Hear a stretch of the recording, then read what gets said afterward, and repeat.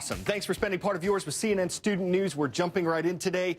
German Chancellor Angela Merkel says spying among friends is never acceptable. In this case, the friend she's talking about is the U.S. government. This involves an organization called the NSA, the National Security Agency. Its mission is to help defend the country. Part of the way it does that, according to the NSA website, is to gather information that America's enemies want to keep secret.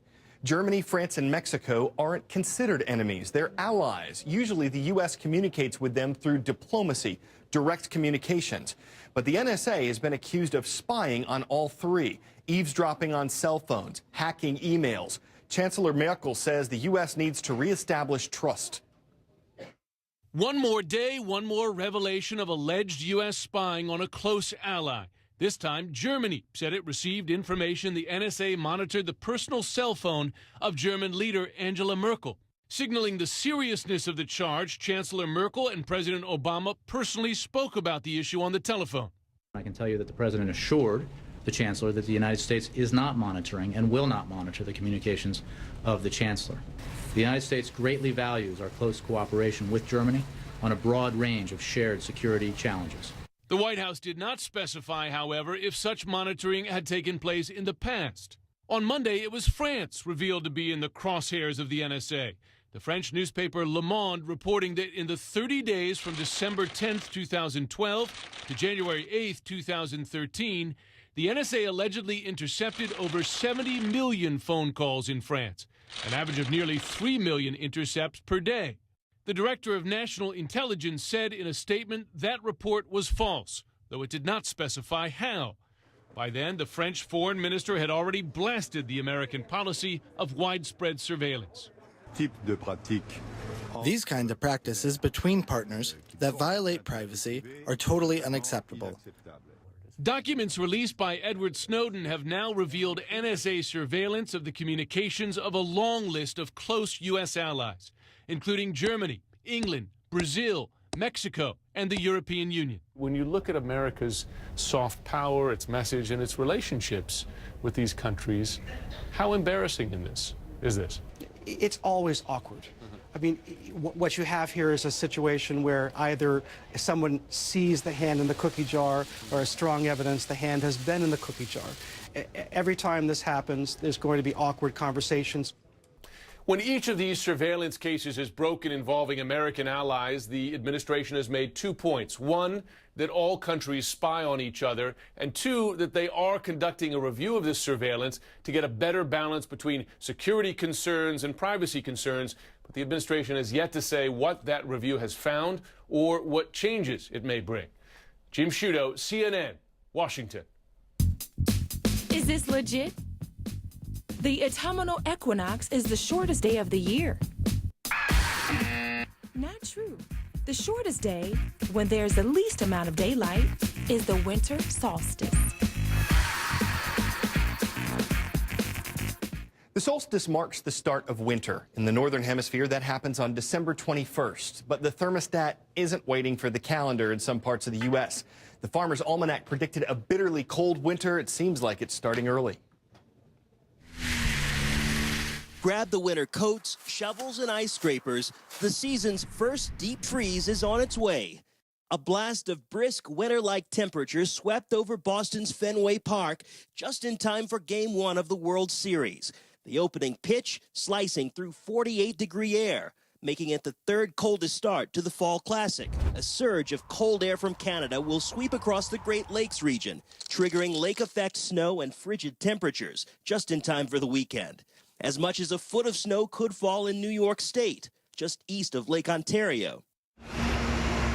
Charleston, West Virginia is gearing up for the impending snowfall, while residents in Ohio and shoppers in Wisconsin fled from the flurries.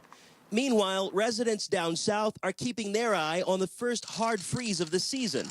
Bad news for farmers and their crops. Frigid temperatures are expected to coat several states with frost, from Missouri across to the Carolinas.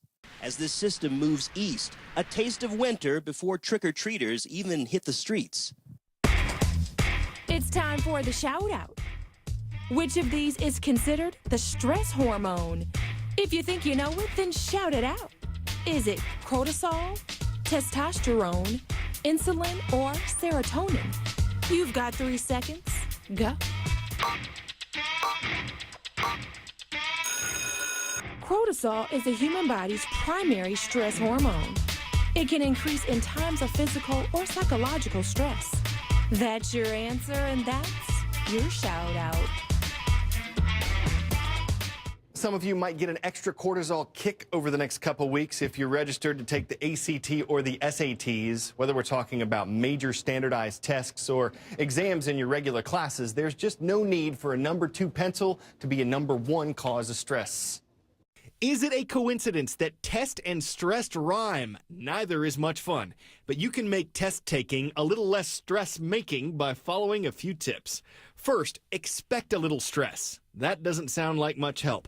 But look, the test is important to you. You want to do well. A little nervousness is natural.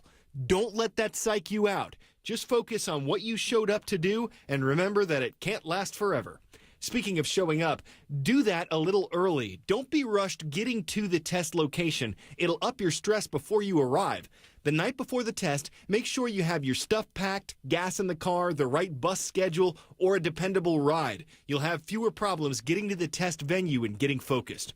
Before you walk out that door, though, have something to eat. And yes, I'm preaching fruits and vegetables. Heavy foods with a lot of fat can slow you down. So pizza's out, but a bagel and some fruit are in. Chocolate and soda are out, but egg whites and orange juice are in. And if you're allowed, bring a banana or a granola bar to the test. A quiet, contented stomach can equal a more focused brain. So can sleep, and this is backed by science. When people are tired, they're less patient. You need patience for an exam. When people are tired, they're easily annoyed. An exam is annoying enough. Finally, take a few quiet moments to yourself before test time. Whether you're praying, taking deep breaths, or calmly and quietly visualizing total exam domination, you're conditioning your mind for the task ahead, and that will help you leave some stress behind. All right, from yesterday, an undefeated high school football team beat a winless team 91-0. One parent complained it was a form of bullying. A vast majority of our viewers on Facebook do not agree. Sean asks, what does winning a football game have to do with bullying? People need to learn the difference between bullying and success. From Jonathan, the winning team's coach did what was right. He took his starters out and had a running clock. It wasn't bullying, it's part of the game. Emily says the victorious team was simply doing what they know how to do, play football. I don't understand how this would be considered bullying. Shonda asks, did anyone consider that the winning team didn't run up the score, but maybe the losing team gave up? Cameron says, I think it's poor sportsmanship to keep scoring when the game is already over. And Eli writes, if the winning team tried to prove they were the best, they overdid it. From Jason, society is teaching fairness and everyone wins. I'm sorry, life doesn't work that way. Life doesn't let up. Life doesn't have ties.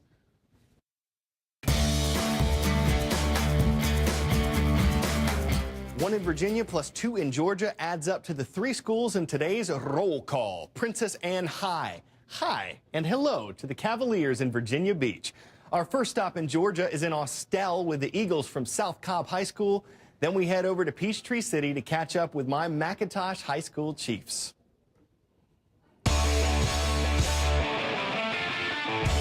David Babcock decided to take up a hobby during his hobby. He's knitting while running a marathon. He started doing both separately a few years ago. He combined them after he decided that each could get a little tedious on its own.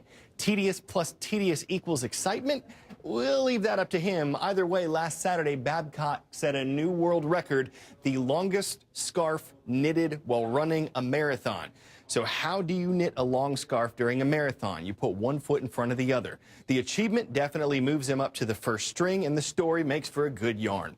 Everyone should know about it rather than keeping a close-knit secret. When he finished the race, he was probably starving and scarfed up any food he could see. He might have been needled about this double hobby before, but no one can nitpick now.